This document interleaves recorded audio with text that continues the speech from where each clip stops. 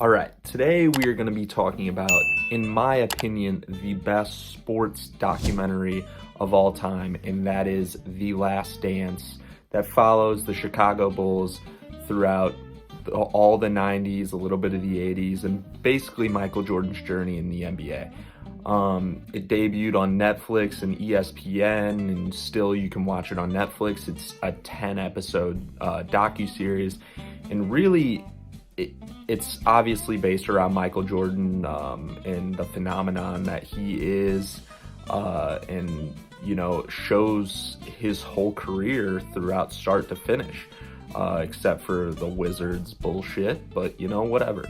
But it really goes into detail about, some of the personal struggles that he had, as well as goes into detail about his teammates, such as Scottie Pippen and Dennis Rodman, Steve Kerr, all these guys that he really gets, close with throughout being teammates.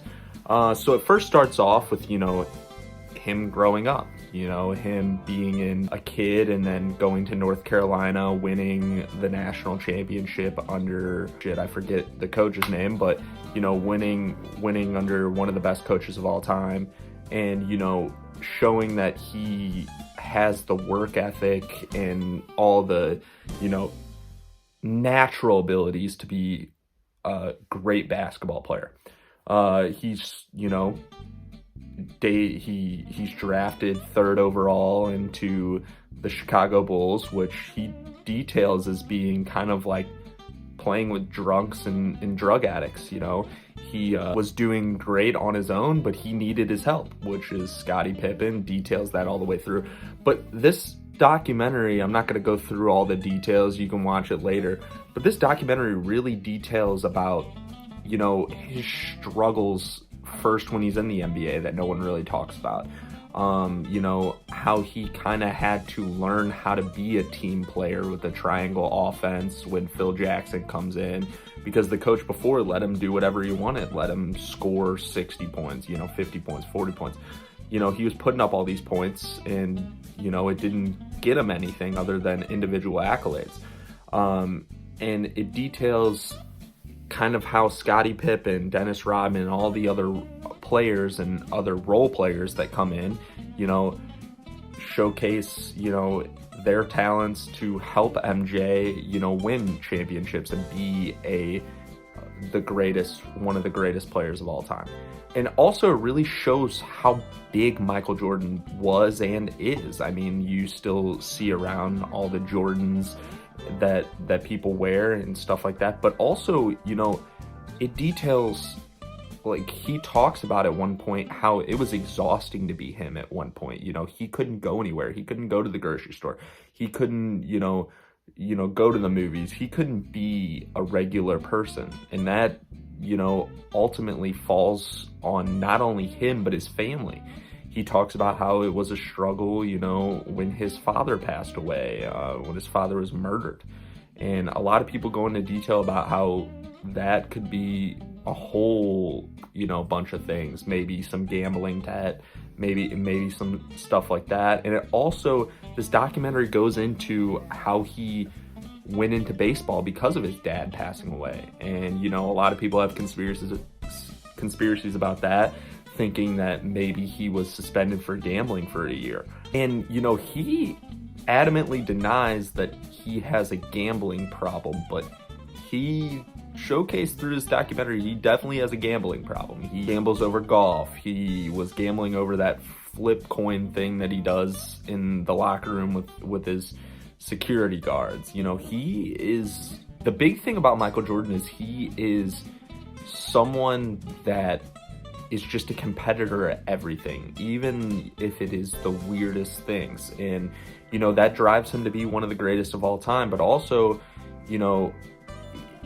it has a lot of flaws in there. He's not making friends. And at the end of the day, like, he knows that, but that's the hard part, is why, some people, maybe like Scottie Pippen, don't look at him fondly.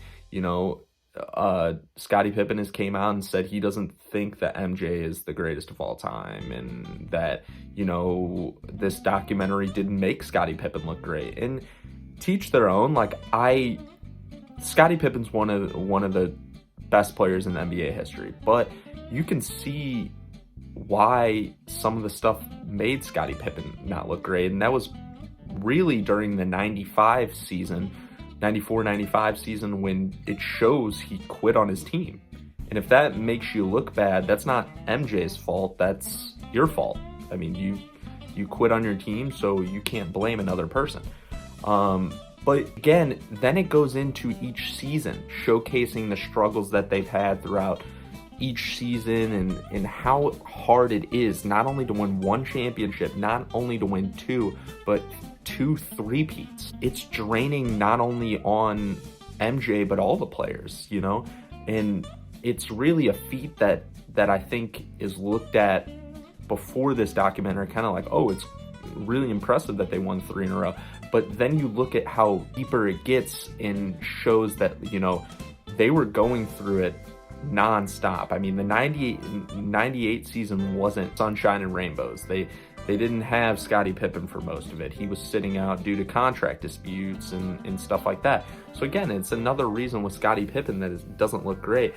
But you look back on this documentary and you get to detail, you know, again, going back, you get to detail all these players' journeys. I mean, Dennis Rodman was basically homeless. He lived with another family.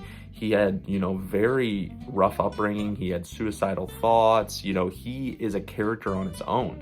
He is still out there, you know, he's outrageous, but that's what makes him Dennis Rodman. And at the end of the day, he was great at his job. He's probably the best rebounder in NBA history. And you look and you see, like, although he had his troubles off the field, once he got on the court, you know, he was unreal. And then with Scottie Pippen started out as a manager on the Central Arkansas team and didn't really play basketball until high school.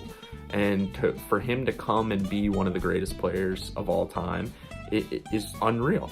And then you look back and see someone like Phil Jackson, who kind of put it all together. And, you know, he's been with some of the greatest players of all time, obviously these 3, and then you have Kobe, you have Shaq, you have all these guys that he's put together and really, you know, molded because of the triangle offense and his, you know, his ideas. And really, he molded the game into what it is now. And you look back and you can see, like, they had so many different elements that they had to put together to make this a great team. They had great individual players, but putting that together is the biggest thing. And at the end of the day, you know, like, shaping this frame together and being, you know, the players that you needed to be is the big thing. At the end of the day, too, is this documentary really shows how all these people are put together and have to fit the mold of being kind of bigger than basketball at times, especially Michael. Michael was someone that was, you know, shown throughout the world. I mean, you saw the Dream Team. I mean, they showcased the Dream Team in this as well, and showcase how, you know, Magic and Larry kind of passed this off to him and being the greatest of all time. And, you know, he is someone that, looking back now, after this documentary, you kind of look and you respect him, but you can see what he had to go through to really, you know, be this big alpha male and the greatest of all time.